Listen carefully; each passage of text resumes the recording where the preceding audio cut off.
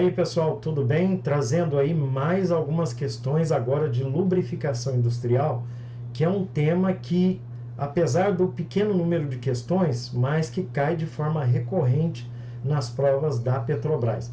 Lembrando aí pessoal, que nós estamos com o nosso curso online, dá tempo de vocês entrarem no nosso curso aí, vou deixar o link aí na descrição, que lá nós temos várias e várias questões resolvidas, abrangendo a maioria dos temas do edital para a prova da Petrobras.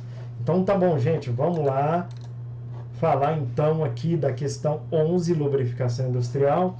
Em relação à prática de lubrificação industrial em redutores de engrenagem, ao elevar o nível de óleo da caixa de redução, pode-se elevar a temperatura do óleo lubrificante?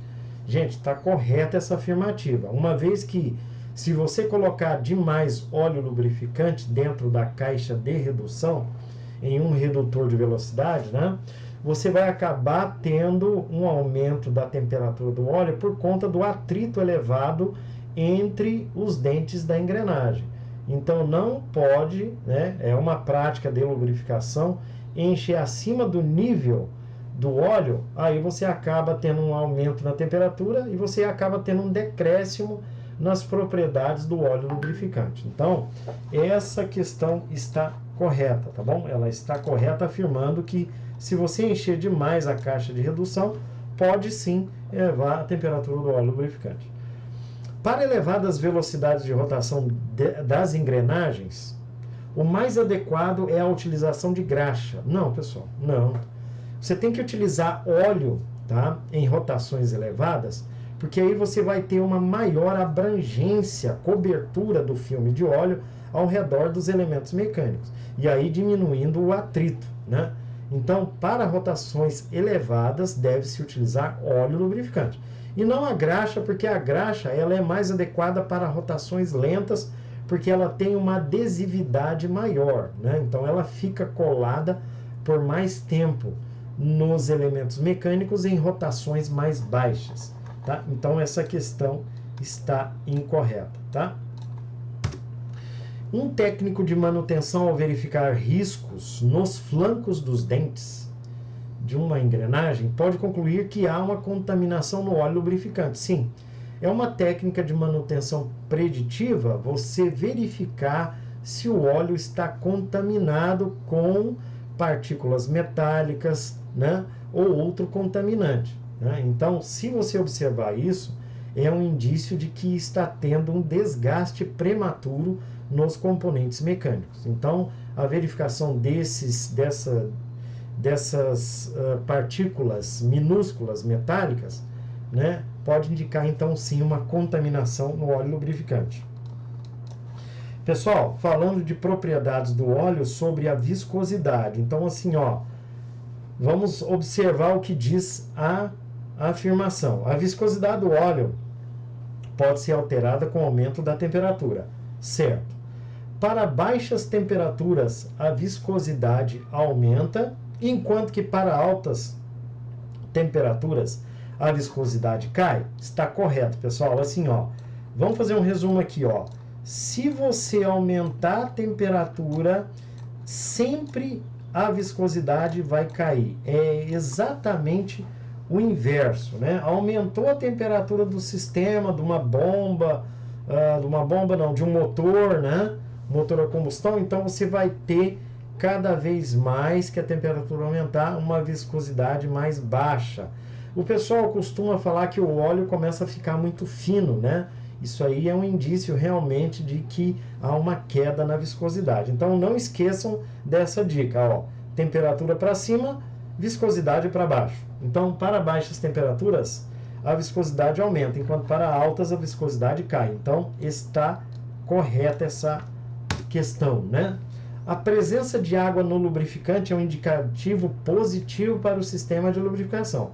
Nada disso, pessoal. Quando você constata que há água em um sistema de lubrificação, um sistema mecânico, um sistema de engrenagem, enfim, não é um indicativo bom, porque a água pode promover a oxidação do lubrificante, pode causar a ferrugem nas partes metálicas, né? E pode também causar alteração nas propriedades do óleo.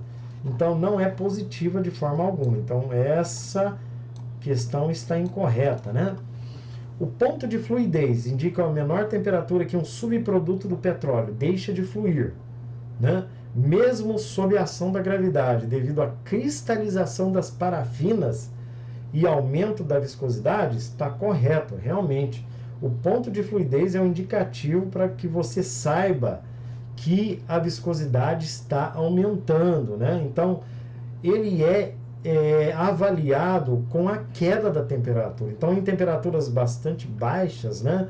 Se você tiver uma cristalização desse subproduto do petróleo, no caso um lubrificante, você vai começar a ter falhas na lubrificação, porque o óleo lubrificante não vai atingir determinadas regiões e aí você vai ter um atrito elevado e com isso a gente já sabe que vai ter um desgaste maior, né? Então, realmente está correto essa afirmação aí. Dentre as vantagens das graxas, pode citar uma melhor vedação contra as impurezas. Correto. As graxas, para vedar impurezas contaminantes, são adequadas sim.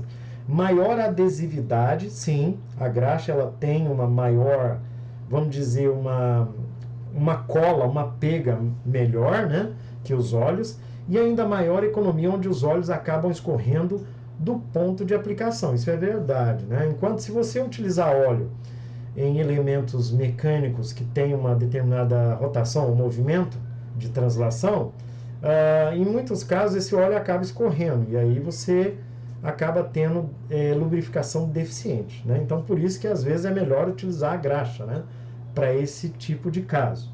O ponto de gota, então está correto, né? Esqueci de colocar aqui correto.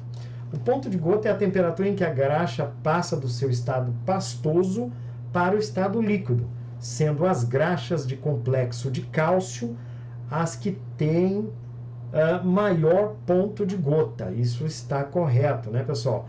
Porque imagina só, você faz uma aplicação de graxa em um sistema mecânico onde a temperatura é elevadíssima, então você vai ter que utilizar uma graxa especial. E essas graxas de complexo de cálcio, elas têm uma resistência à temperatura muito elevada. Então, com isso, você vai evitar que a graxa mude de estado pastoso para o líquido. E aí esse líquido pode escorrer, né, e causar uma deficiência na lubrificação. Então, realmente, essa questão também está correta, tá bom? Pessoal, foram essas questões que eu quis trazer aí para vocês hoje, tá?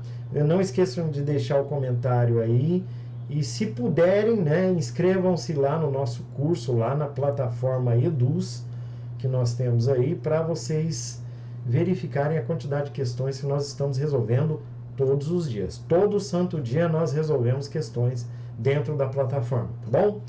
Todas as questões que abrangem o edital para a prova da Petrobras. Então, até a próxima e até lá.